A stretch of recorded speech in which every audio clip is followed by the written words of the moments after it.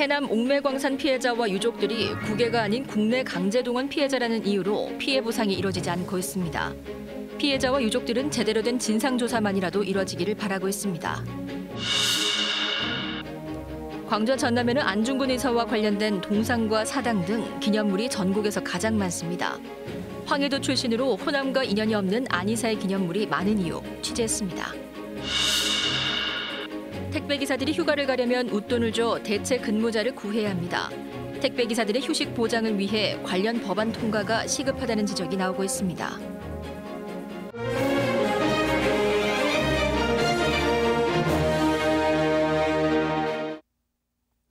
목포에서 전해드립니다. 74주년 광복절을 맞아 광주 전남 지역에서도 기념 행사가 열렸습니다. 광주시는 오늘 오전 10시 시청 대회의실에서 애국지사와 독립유공자 유족 등 700여 명이 참석한 가운데 경축식을 진행했습니다. 전남도도 도청 김대중 강당에서 독립유공자 유족과 광복회원 등 900여 명이 참석한 가운데 광복절 경축식을 열고 도민과 함께 진정한 그 길을 이뤄나갈 것을 다짐했습니다. 주권을 되찾은 지 74년이나 흘렀지만 해남의 한 광산에서 강제 동원된 사람들은 피해 보상은 물론 실태 조사도 제대로 이뤄지지 않고 있습니다. 해외 강제 동원과 달리 차별받고 있는 국내 강제 동원자들의 문제를 손준수 기자가 취재했습니다. 가파른 낭떠러지 옆으로 서너 명이 짝을 지어 무거운 수레를 밉니다. 해남 옥매강산에서는 어른에서 아이까지 일제가 비행기를 만드는 알루미늄의 원료인 명반석을 채굴했습니다. 천여 명이 강제 동원됐고 캔의 명반석은 일본으로 실어갔습니다. 일제가 옥매강산에서 명반석을 피와 보관했던 장소입니다. 이곳에 보관된 명반석은 바로 옆에 있는 바다를 통해 국외로 반출됐습니다. 일부 노동자들은 제주도까지 끌려가 진지공사에도 투입됐습니다.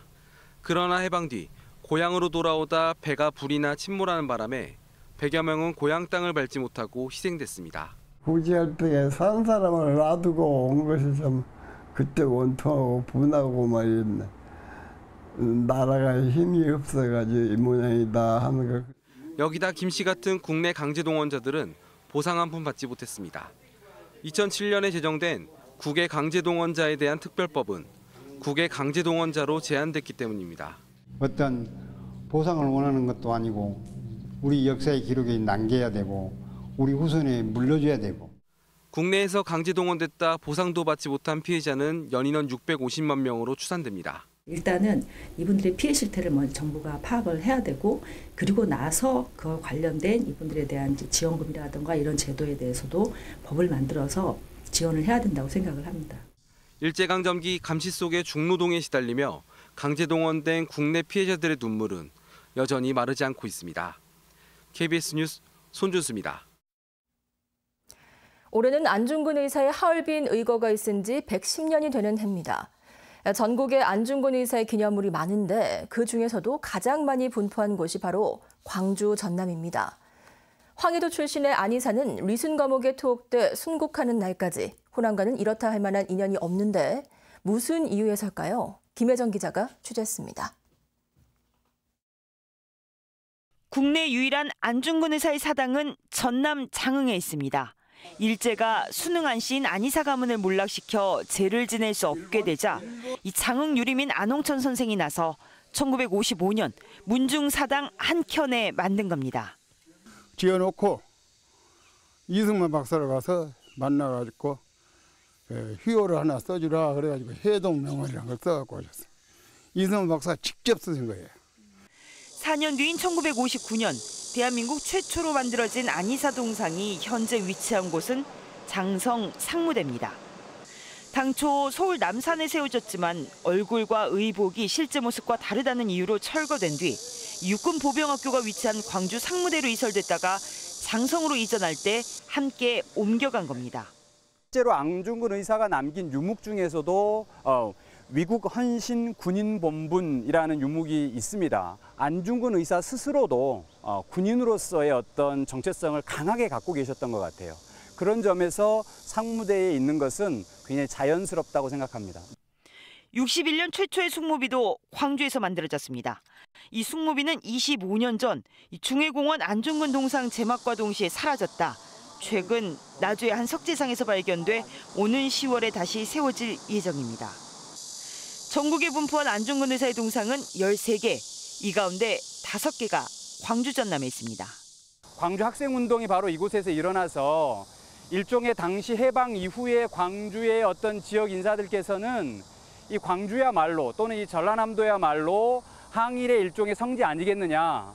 그러면 이 항일의 어떤 상징적 인물로서 안중근 의사를 기리는 이곳 장흥 정남진에서부터 광주, 장성, 한평 등 이 안중근 의사 기념 공간을 지도상에 차례로 표기하다 보면 색다른 점을 발견할 수 있습니다. 이들 모두 동경 126도 한 좌우선 축에 위치해 바로 안중근 의사가 이토 히로부미를 격살한 의거의 현장, 중국 하얼빈까지 연결된다는 점입니다.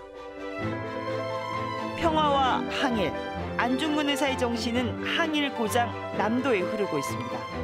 KBS 뉴스 김혜정입니다. 74주년 광복절을 맞아 일본의 경제 도발을 규탄하는 시민 참여 행사가 열렸습니다. 목포 문화연대는 오늘 오후 4시 수탈의 상징인 옛 일본 영사관 일대에서 목포 시민 행동의 날 행사를 열고 시민 규탄 발언과 퍼포먼스 등을 통해 과거사를 부정하는 아베 정권을 비판했습니다. 행사에 참여한 시민들은 일제강점기 저항의 역사가 남아있는 목포 남교동에서 4.8 만세운동을 재현하고 거리 행진을 펼쳤습니다. 돈을 내고 휴가를 가야 하는 사람들이 있습니다. 사실상 회사의 지시를 받으면서도 개인 사업자로 분류돼 휴가가 보장되지 않는 택배 기사들인데요. 휴가를 가기 위해 하루 버는 돈에다 2~3배 웃돈을 더해 대체 근무자를 구해야 하는 사연을 김혜린 기자가 취재했습니다. 택배기사 정찬관 씨. 택배 일을 시작한 이후 12년 동안 휴가를 다녀온 건 단 7번.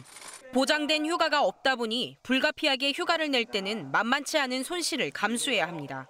자신이 버는 하루 일급보다 2배 많은 돈을 주고 대신 일해줄 사람을 찾아야 하기 때문입니다.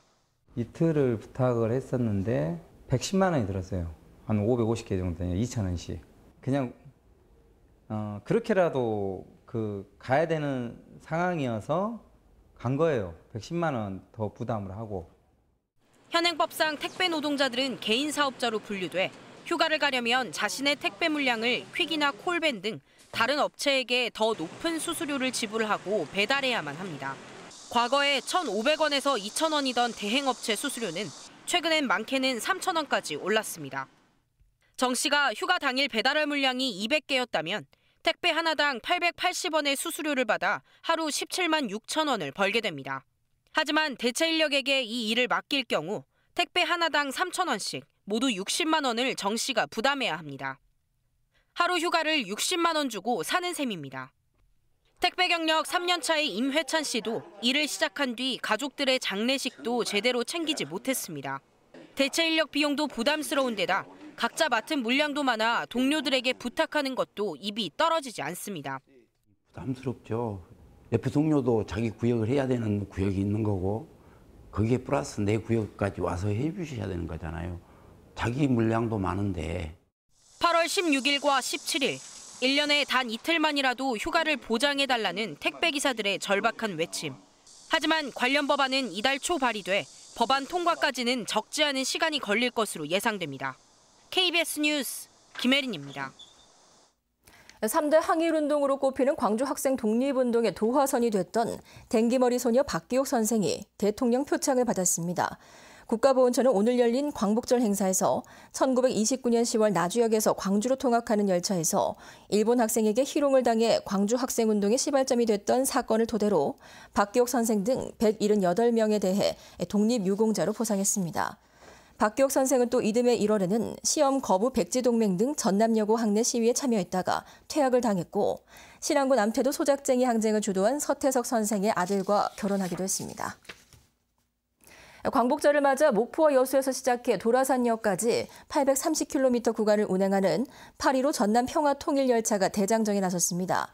6.15 공동선언 실천 남측위원회 전남본부는 오늘 오전 목포역과 여수 엑스포역에서 전남도민 500명이 참여한 가운데 8.15 전남 평화통일열차 출정식을 열었습니다.